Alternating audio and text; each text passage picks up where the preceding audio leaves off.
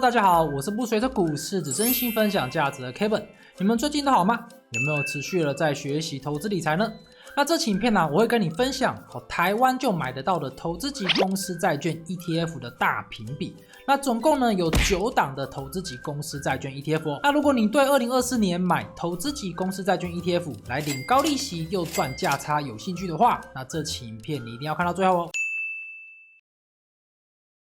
好，那在我拍影片的当下，也就是1月22号的时候呢，美国利率期货交易市场预期2024年12月份的时候啊，基准利率大概有67%的几率会停留在3.75%到4.25%之间，也就是这个深蓝色的部分。那以现在我们基准利率5.25%到5.5%来看的话呢，大约是下降了1.375%，也就是5.5码的部分。那这个下降幅度如果是在2023年12月份来看的话呢，那个时候预期会下降1.625%，也就是6.5码的部分。所以你可以很明显的发现到，目前我们现在的这个状况的话呢，预期的降息幅度是有大幅的下降的趋势哦。那这使得我们台湾的 ETF 00720B 的元大投资级公司债券 ETF 以及00687B 的国泰20年期的美债 ETF， 它们都呈现了回调的状况。从2023年的12月份到2024年的1月份，平均大概下跌了4%左右哦。那这边呢，我也刚好回复之前观众的提问。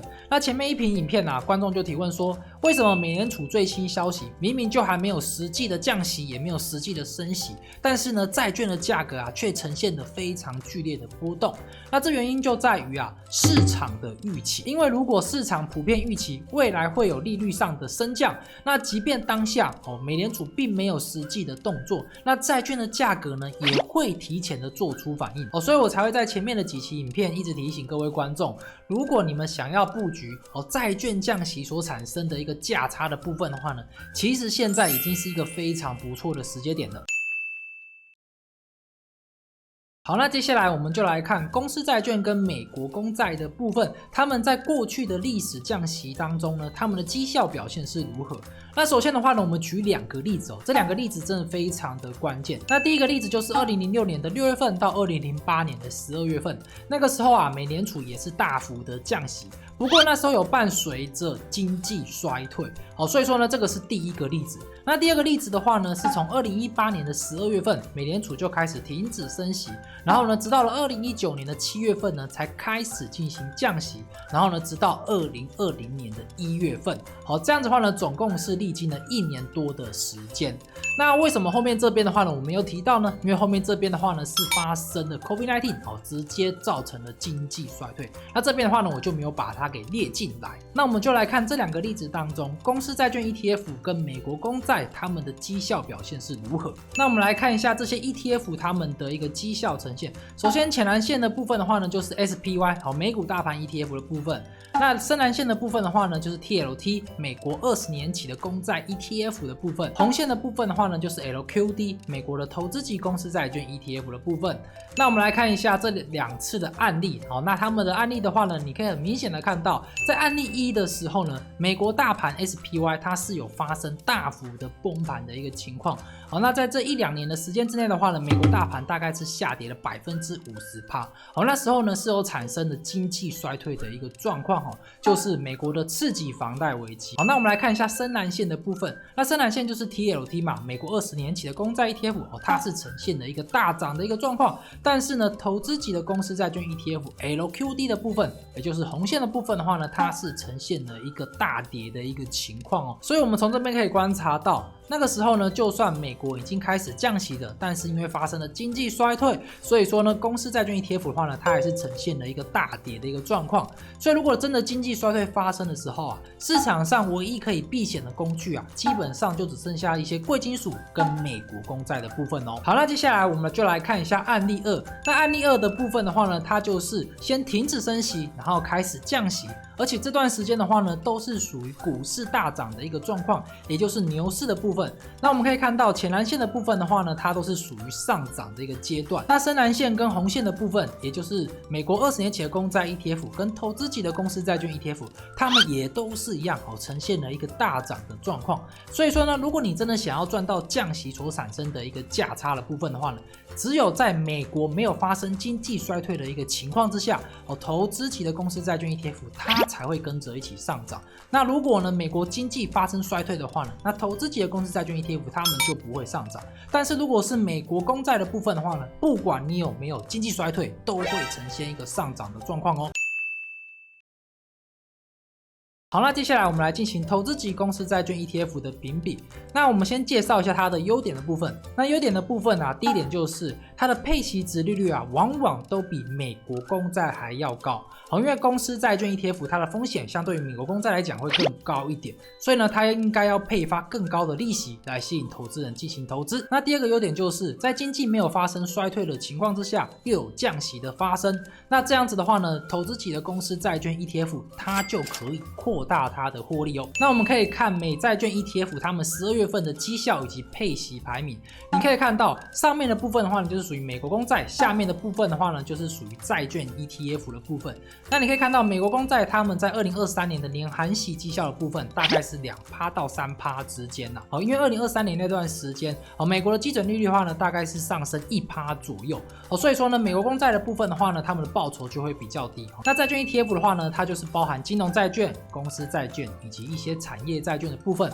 他们的部分的话呢，也是一样，基本上没有什么价差的空间。但是呢，因为他们配发比较高昂的利息，所以在2023年的年含息绩效的部分的话呢，他们的绩效表现都是非常的不错相对于美国公债 ETF 的部分好，那接下来我们就来介绍投资级公司债券 ETF 他们的评比。那像我们这类想要赚价差又想要赚利息的投资人我觉得大家都会非常的喜欢这个表格好，那这次呢，总共有9档的投资级公司债券 ETF。那我将他们的股票代号跟他们的基金名称我都放在上面这一边。那挂牌日期的部分的话呢，基本上都是蛮久远的 ETF。那只有一档 ETF 00937B 的群益 ESG 头等债20加 ETF 它是在2023年12月5号挂牌。那这档 ETF 呢，它虽然看起来非常的新，但是呢，它的受益人数真的是非常的强等一下我们就会介绍到。好，那我们来看一下股价的表现的部分。那股价的部分的话呢，除了00937B 它是以15块钱挂牌之外呢，其他的 ETF 的话呢，他们现在大概都是30多块钱左右。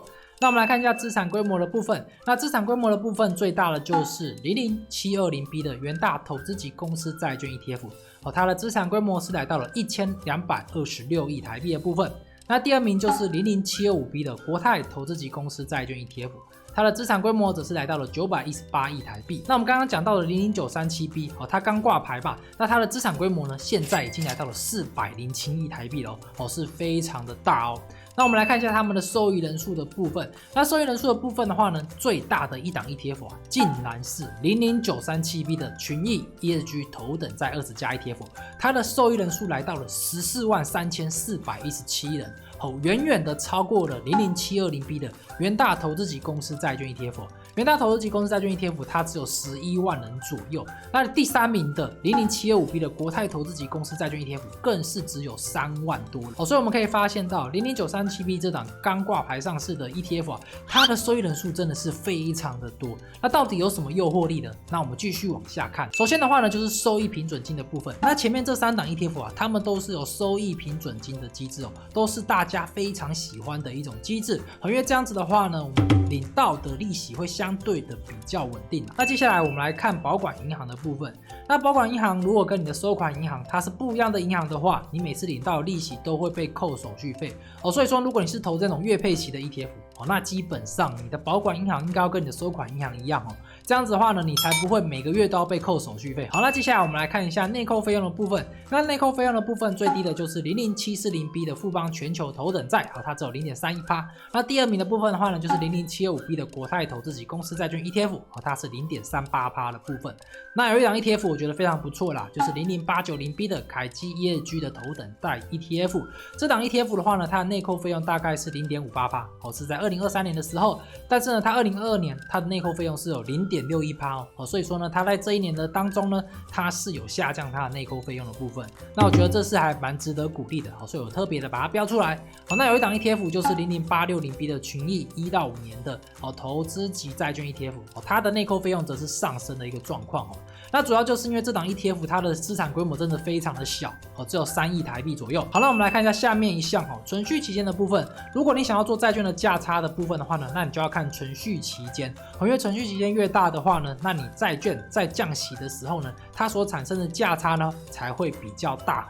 好，那接下来我们来看一下平均票息率的部分。那平均票息率最高的就是 00937B 的群益业居头等债20加 ETF，它是来到了 5.7%。那第二名的部分的话呢，就是 00725B 的国泰投资级公司债券 ETF，它是来到了 5.5% 的部分。好，那接下来我们来看一下除息月份的部分。那除息月份的部分基本上都是季配息的 ETF， 只有 00937B 的群益业居头等债20加 ETF。它是属于一档月配息的 ETF， 难怪00937B 这档 ETF 非常的夯，那就主要就是因为它是属于月配息，大家喜欢的，又再去加上它有收益平等期，也是大家喜欢的，再去加上它又是投资级的公司债券 ETF， 而且呢它的存续期间也非常的长，这就导致了00937B 真的变得非常的夯哦。好，那接下来我们来看一下近世纪的殖利率表现。那00937B 因为它刚挂牌，所以呢它是没有殖利率的部分。那呢，其他的 ETF 的话呢，最高的就是00720B 的元大投资级公司债券 ETF，它的殖利率呢，则是来到了 5.6%。那第二名的部分的话呢，就是 00890B 的凯基头等债 ETF。好，那接下来我们来看一下填息天数的部分。那填息天数的部分，我就是列出最近这4季他们配息之后呢，他们填息大概花了多少时间。那填息天数越短的话呢，就代表这档 ETF 它的一个效率比较好。这样子的话呢，我们投资的话呢，才不会领到股息是左手换右手基本上都没有赚钱的一个状况哦。好，那接下来我们来看一下近3月的绩效表现的部分。那近3月绩效表现的部分最优异的就是 00862B 跟 00890B。好，那他们的绩效表现基本上都有 14% 左右。好，那主要就是因为2023年的10月份到2023年的12月份这段时间呢，大家就认为嘛，基准利率会开始调低，所以说呢，那时候有产生非常大的一个价差。好，所以导致了最近这3个月的绩效表现非常的不错。但是如果你把时间拉到1年的绩效的话呢，你就会发现他们绩效表现大概就只剩下 7% 左右了。好，那这就主要就是因为2023年1月份那段时间大家还是认为美联储会持续的升息所以导致了那时候的债券的价格呢就大幅的下跌的一个状况那关于以上的这些表格资讯呢，我都会放在下方的资讯栏以及置顶留言栏当中。如果你想要持续学习投资理财，也觉得 Kevin 的内容不错的话呢，可以直接免费下载，不用填写任何的资料哦。